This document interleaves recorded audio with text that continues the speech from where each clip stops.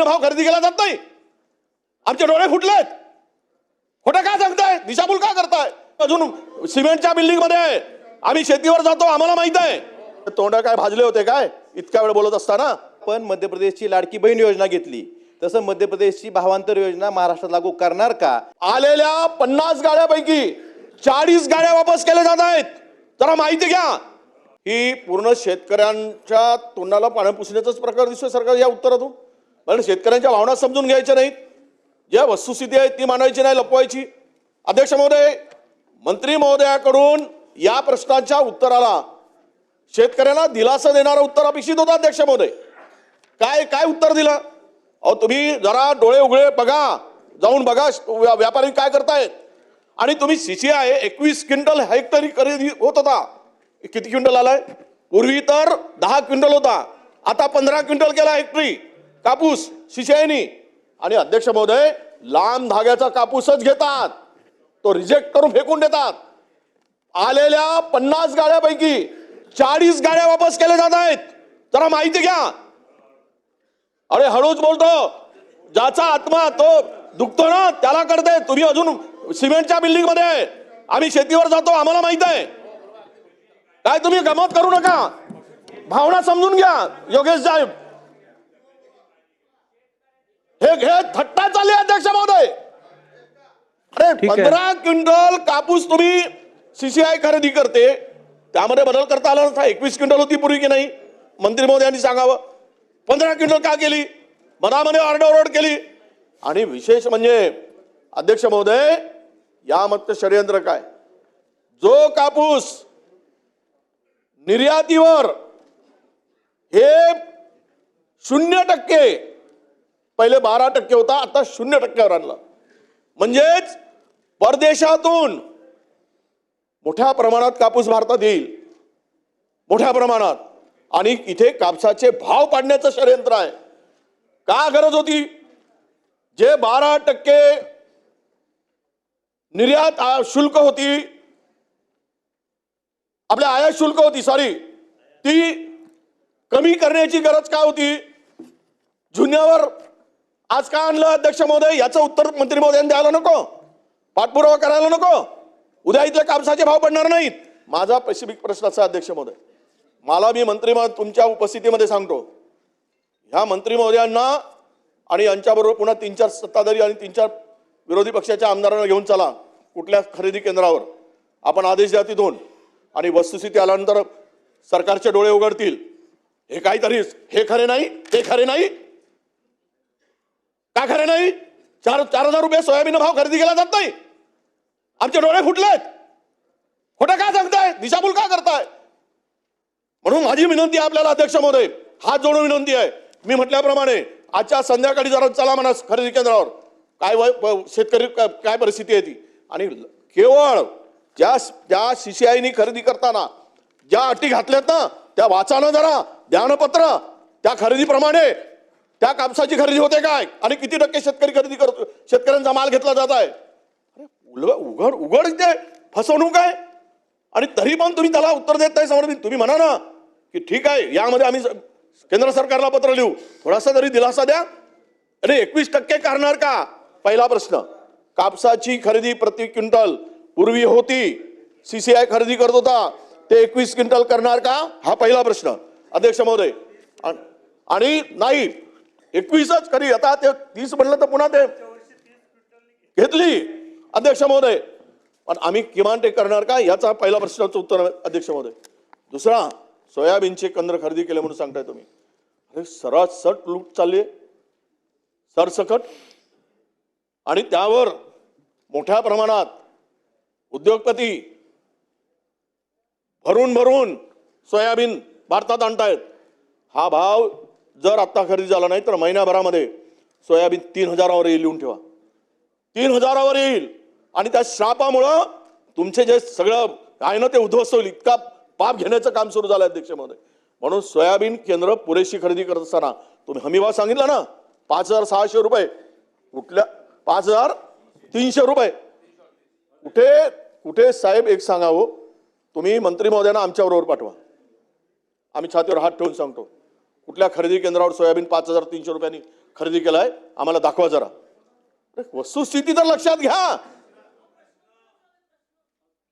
तुमचे तोंड काय भाजले होते काय इतक्या वेळ बोलत असताना? मला बसून बोलताय चला, माझ्याकडे आणि काय वडेट्टीवार साहेब कशाला वेळ घालवायचा? मग माझ्याकडे काय बघून हे? बोला. सोडून द्या ना. मी मला रेकॉर्डवर घेतलं नाहीये. मला अजिबात माझा स्वभाव आहे. तुम्ही माझ्याकडे इतके बघून वर्ष बोला. 30 वर्ष झाले आम्ही काही सोडून द्या. काम करतो. काल या ठिकाणी प्रश्न म्हणून सांगावा. सोडून द्या. भावना समजल्या पाहिजेत. या ठिकाणी अध्यक्ष महोदय हे मंत्री महोदयांनी प्रश्नाला उत्तर देत असताना माझी पहिला प्रश्न मी विचारला. विषय महत्वाचा आहे. जरा पहिला प्रश्न विचारला. मी पुन्हा विचारतोय की कापसाची जे काही CCI मर्यादा आहे ती वाढवून मिळेल का? पहिला प्रश्न. दुसरा प्रश्न, आयातीवर 0% आयात कर केलेला आहे 12%वरून, तो कमी करण्यासाठी राज्य सरकार काय प्रयत्न करेल? हा दुसरा प्रश्न. वाढवण्यासाठी काय प्रयत्न करेल? हा दुसरा प्रश्न अध्यक्ष महोदय. आणि तिसरा प्रश्न महत्वाचा की सोयाबीनचे जे केंद्रावर सोयाबीन आल्यानंतर मी तुम्हाला यावर्षी अतिवृष्टीमुळे सोयाबीन पूर्णतः अनेक ठिकाणी खराब झाला. काही ठिकाणी सोयाबीनची क्वालिटी खराब झाली. मी तुम्हाला मंत्री महोदय या सभागृहामध्ये सांगतोय आणि इमानतद्वारे सांगतोय अध्यक्ष महोदय 70% सोयाबीन वापस केला जात आहे. 70% घेतलाच जात नाही. रडतायत जरा. तुमच्या डोळ्यात मध्ये तरी थोडी तरी असं येऊ द्या त्यांच्या भावना समजून. एकीकडे असा उद्ध्वस्त झालाय म्हणून सरसकट सोयाबीन हमी भावानं खरेदी होण्यासाठी सरकार काय उपाययोजना करेल हे सुद्धा उत्तर आम्हाला अपेक्षित आहे अध्यक्ष महोदय. हे 3 प्रश्न माझे आहेत आणि चौथा प्रश्न विचारण्यासाठी मला पुन्हा एकदा संधी द्यावी अशी आपल्याला विनंती आहे अध्यक्ष महोदय. CCI संदर्भात ही केंद्राची खरेदी असते अध्यक्ष महोदय. याच्या माध्यमातून मागच्या वेळेस जवळपास आपण 10,714 कोटी रुपयाची कापसाची खरेदी केली होती. मागच्या वेळेस आपल्याकडे 124 केंद्र होते. यावेळेस आपण 168 केंद्र त्याच्यामधनं आपण नवीन स्थापन केले. त्याच्यामधनं 156 केंद्र हे कार्यान्वित आहे अध्यक्ष महोदय. आणि अध्यक्ष महोदय केंद्राने जे गाईडलाईन्स दिलेत त्याच्यामध्ये त्यांनी कुठल्या कुठल्या जिल्ह्यामध्ये त्याचा एक फॉर्म्युला दिला. त्या फॉर्म्युल्याप्रमाणे कापूस खरेदी संदर्भात त्यांनी काय आपल्याला त्याच्यामध्ये निकष ठरवून दिलेत. त्या उपर मागच्या 4-5 दिवसापूर्वी राज्याचे मुख्यमंत्री यांनी इंटरव्ह्यू करून त्याच्यामध्ये मॅक्सिमम कसं आपल्याला मिळता येईल.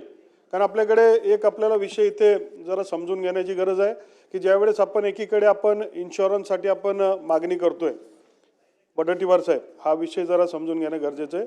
आणि बाजूला आपण कॉम्पन्सेशन पण देतोय. ज्यावेळेस आपण कॉम्पन्सेशन देतो त्यावेळेस आपल्याला मिनिमम पाहिजे असतो आणि आता विक्री करायचं म्हणून आपल्याला मॅक्सिमम पाहिजे.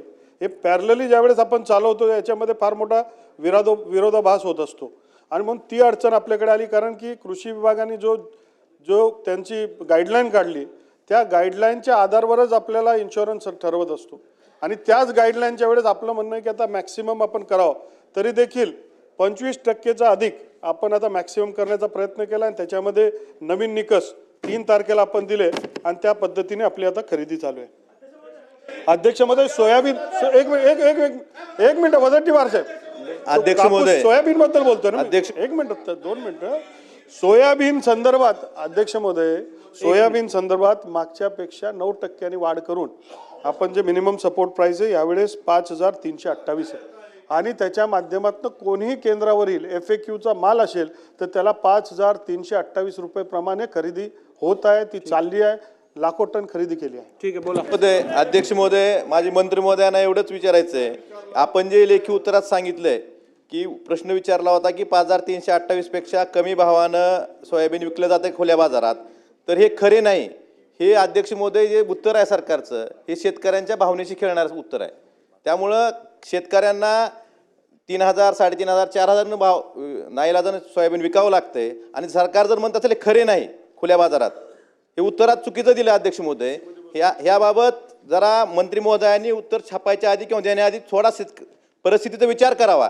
जर तुम्ही 3,500-4,000 सोयाबीन विकून सुद्धा हे खरे नाही म्हणून खोटे बोलत असाल तरी फसवणूक कोणाची करताय अध्यक्ष महोदय. आणि दुसरा प्रश्न मंत्री महोदयांनी आता सांगितलं की आम्ही 120 कोटीचा बारदाना ॲडव्हान्समध्ये खरेदी केला, तर मग धाराशिव जिल्ह्यातले 20 पैकी 12 केंद्र बारदानाअभावी का बंद आहेत ह्याचं उत्तर द्यावं.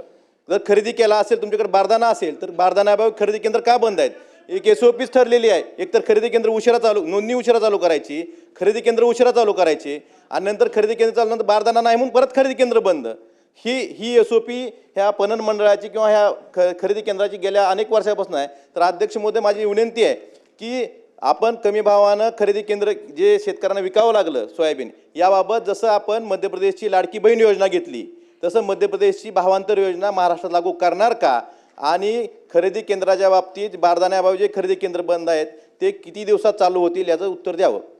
अध्यक्ष महोदय, मान्य सदस्यांनी अत्यंत संवेदनशील मुद्दा मांडलेला आहे. त्याच्या माध्यमातून आपले मागच्यापेक्षा जवळपास 100 केंद्र 50 केंद्र हे अधिकचे आपण उघडलेले आहेत.